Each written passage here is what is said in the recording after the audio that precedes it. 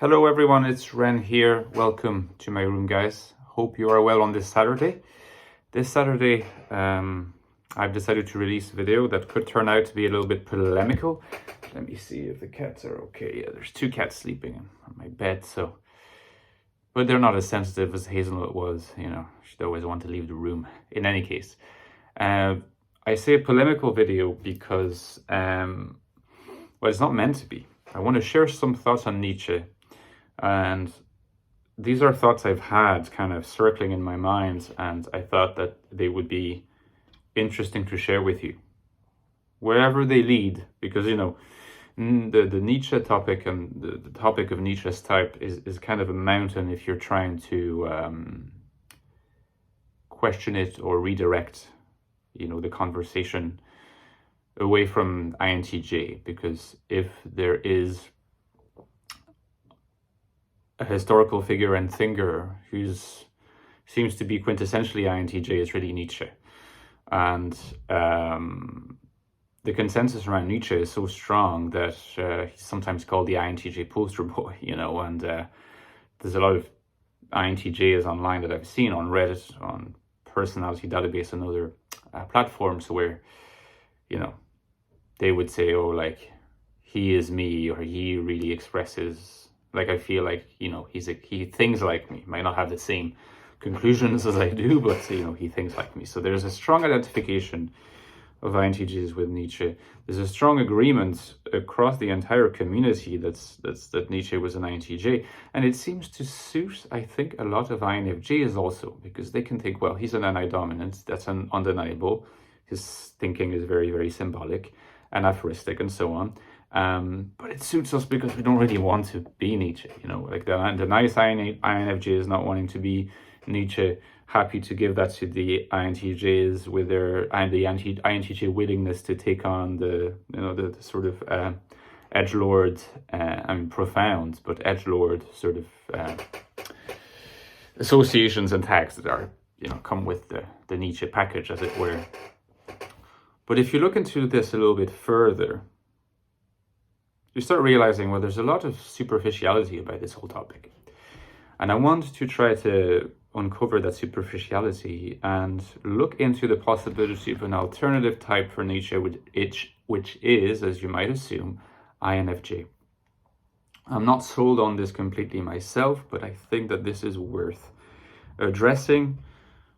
More generally, it is healthy to have discussions around the types of people, including types by consensus, because often when you have a very powerful consensus, by inertia, it becomes more difficult to think outside the box, because it's so much easier to just think, well, okay, they must be correct since there's this huge consensus. Now, just before I move on, remember I have written 2 books in the last year or so, or a year and a half. My book on the INFJ, the Ecstatic Soul, which you can get below for less than $10. Check the reviews, they're very positive, people are liking it or loving it. And then my new book, The Infinite Castle, which is a book of fiction. If you want to explore the INFJ mind, you know, from a fictional perspective. A lot of people have said that they recognize the main character being an INFJ, and it's a book that's also available down below for less than $10. Okay, so first of all, I said that the identification with Nietzsche online, or the rejection of Nietzsche as not being of one's type, not being of the INFJ type, for instance, they're a little bit superficial in the sense that they rely often more so on the reputation of Nietzsche and what's been heard about Nietzsche than about his actual writings and the substance of his thought. And I think that when we dig a bit more into the substance of his thought, we might realize that there is more beneath the surface than we had initially expected. So I think that because there is such a consensus around the INTJ, I think that it's probably useful to first kind of look at that connection and to try to understand why there is this consensus. So the first element, the element of anti-dominance, I think, again, is not necessarily the one that I want to dwell on the most, because I think in this case the consensus is justified. Even Carl Jung himself, you know, when he discusses the function of introverted intuition, when he mentions Nietzsche. When he in chapters of psychological types on Nietzsche, he mentions introverted intuition, and the paradigm book of a Nietzsche that you can read, where you get a strong confirmation or a strong evidence, corroboration that he was an NI dominant, is Thus Spoke Zarathustra. I mean, that book is essentially a book where Nietzsche is seeking, at one level at least, to write a new Bible or a new gospel, a gospel of the Overman with the prophet Zarathustra. And it's all written in aphorisms and symbolic scenes, symbolic encounters, where nothing is presented by way of rational demonstration, but all by means of powerfully symbolic allegory that stay in people's minds. And in some sense, he's also trying to predict the path of the future and lay out the path of the future by writing this book. But it's very symbolic and aphoristic. And I think that it's very hard to imagine anyone not NI dominant writing a book like that. And so I think that we may sort of say, okay, like we spend a minute and a half, we agree on NI dominance, let's see about the other functions, because they are the functions that are going to create some tension. Again, it's not SE, because SE is obviously the other side of NI, and it's very clear when you read Nietzsche that he's very much an SE valuing person. It's clear that he's not an SE dominant in the way he writes and the way he thinks, but that he aspires to having a very highly developed SE. He's always talking about, the importance of like enjoying really, really powerful aesthetic experiences, embracing the world, not denying the world, not being a world denier like Plato, our friend, the alienated INFJ Plato, but embracing the world as it is, the material world, favoring Dionysus over Apollo, in the sense of embracing the chaos of the world, embracing the pleasures, pleasure-seeking, wine, drinking. He often talks about how like he absolutely loves the idea of having great food and having a happy belly. Like when you read these passages in Nietzsche's writings, they're clearly there also to provoke thought, and they're speaking from an NI dominance perspective, but they value SE very much. Now, the crux of the matter then is really around the accepted TEFI orientation and the not so often considered FETI orientation. So the TEFI orientation, as far as I can tell in Nietzsche, is really more so focused on the FI part of the equation. I think that the way that people think usually is, okay, Nietzsche was spent a lot of time kind of on his own, writing, isolated, wasn't very social, had some megalomaniac traits to him, but he was able to, sublimate those tendencies into, great works. Some people might hate the works, but very influential works. Possibly has the title to the most influential philosophers of the 20th century, and maybe even into the 21st, because he influenced all the great thinkers after that, at least in the continental tradition. But he's also more and more respected in the analytic tradition. So I think that Nietzsche's very introverted nature suggests that, explains that we don't see a lot of TE. There's not a lot of system building in Nietzsche's works, and there's not even a lot of valuation of the TE function in Nietzsche's work. You could try to say that there is a valuation of JE in Nietzsche, in the sense that he does talk a lot about the relationship to power between different people. But there's no real indication that that has anything to do with TE, and as I will try to explain later, I see more FE in this than TE. So there's really this idea that he is more in an NI-FI loop, that's the INTJ kind of perspective, and that all this philosophy is really about a sort of, not a glorification because it's a subtle philosophy, but really a pushing forward an articulation of powerful FI values, of which the most important in his doctrine is The idea of the overman being someone who defines his own values, someone who's not accepting that the herd, that an outward system of people who don't create their own values but impose them on other people and make them embrace those values. So that's the class of the priests, imposes them on other people.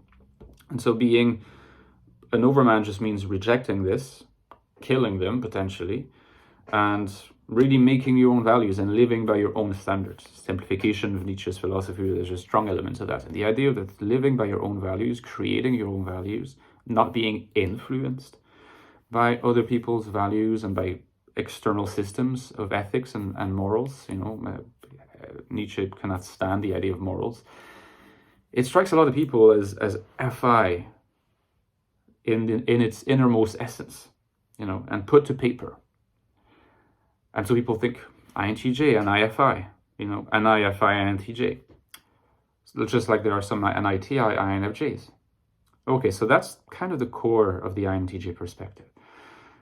But I just cannot help when I read Nietzsche thinking, would an INTJ be so concerned with describing these relations of power between different people, these relations of moral power, having to fight against the influence of people who try to impose their values onto you, of systems, of ethical frameworks, of moral frameworks, where people find comfort in just embracing unthinkingly what has been prescribed. And Nietzsche despises that. And he very clearly proclaims in all his books, the books do more than that, but he really tries to make the reader aware of the fact that the overman has a duty, embodies that duty to only listen to himself, and that his surplus of strength will allow him to create his own values and not fall for this easy path, this weak path of just falling in with the herd. I personally think that an INTJ would not have the insight, and I mean, it's not that they would have the insight, but obviously there's a lot of what looks like a strong rejection of FE in this whole idea. But could you be a non-FE user and not understand FE so well that you can describe it with such staggering and biting criticism, that you could just dismantle it with such accuracy and insight? So it's not that an INTJ is not insightful, it's just that I think INTJs are much more likely to be focused on their own morals. Like, when you think of Marx, when you think of Hegel, and when you think of Dostoevsky's Raskolnikov, the character in Crime and Punishment, I think that in all these cases you're dealing with INTJs, real INTJs. In the case of Marx and Hegel, the TE is very, very much there. There's no looping as such. The TE is valued and it's there, building a system to embody what really are Marx's deep-held values. Capital, the dialectic, all of that is just, in a sense, you could interpret it as an objectified system using TE to bring out the FI values in correspondence with the NI overall vision. You can say the exact same with Hegel, the difference being, for the most part, that Hegel was a philosopher, an intellectual. He was a theologian, or he considered becoming a theologian in the earlier part of his career. So Hegel was much less materialistic than Marx was, but he also creates a system in accordance with the vision to embody and promote his values. He creates a system. That's what you do when you're valuing TE and you're a writer. Nietzsche obviously is famously not into creating systems, and every time he tried to explicitly create systems, it didn't work out, and he wasn't good at it. He wasn't actually really interested in doing that. It seems to be that Nietzsche is not someone who's in an NI-FI loop, because if you're in an NI-FI loop, I think you're more so going to be like Raskolnikov, the character in Crime and Punishment, where you're just completely alienated from the world of FE. You don't want to have anything to do with the world of FE as you perceive it. And you're constantly just pondering your own world of values. You're always pondering, introverting within yourself what you ought to be doing. And if you have to act, well, you're going to act by not by necessarily engaging Effie on its own grounds. Raskolnikov never does that. When he kills people, he does things. But I think an INTJ would, like Raskolnikov, not, in the real world, they wouldn't necessarily kill people, but they would seek at all, in all possible ways to lead a life that does not get in the mess and proceed with their own path forward. The thing about Nietzsche is that he's completely obsessed with this whole idea of Effie. And I think that this obsession is what allows his insight to be backed up with this limitless energy to constantly push and push forward in analyzing and parsing like this world of FE morality that he is, fighting against, but it gives him limitless energy to explore it and constantly engage it. So all the hypocrisy, all the contradictions, all the things that people find very valuable in Nietzsche that can be taken to be rejections of the whole FE world, I think they're spoken from the point of view of an FE user who devalues FE. He is an FE renegade against FE. He's not an FI user because the FI user, they don't bother with that. That's not their priority. They see the world of FE and, hopefully they tolerate it, they understand its value, but it's not really them. It's not really for them. So they're a lot less susceptible to being influenced by FE than Nietzsche is, because Nietzsche is someone whose entire work is under the tremendous influence of Effie. Now, it's the influence in a negative way because he's rejecting it, but he's spending like 10, 12, his entire career rejecting it. So it's very useful nowadays for people who can be made aware of the dangers of unreflective promotion of certain aspects of the FE function. And that can be appreciated both by FI users, which is why they appreciate Nietzsche's work, some of them do, and by FE users, some of them do. But does it come from an FI place? It's just very hard for me to believe so. It's very hard for me to believe so because when I read Nietzsche, it's a bit like when I read Dostoevsky. Like, this is someone who understands the finest nooks and crannies of the contradictions and paradoxes of Effie and is really, really desperate. And I don't mean this is necessarily in a negative sense. Just give me a second.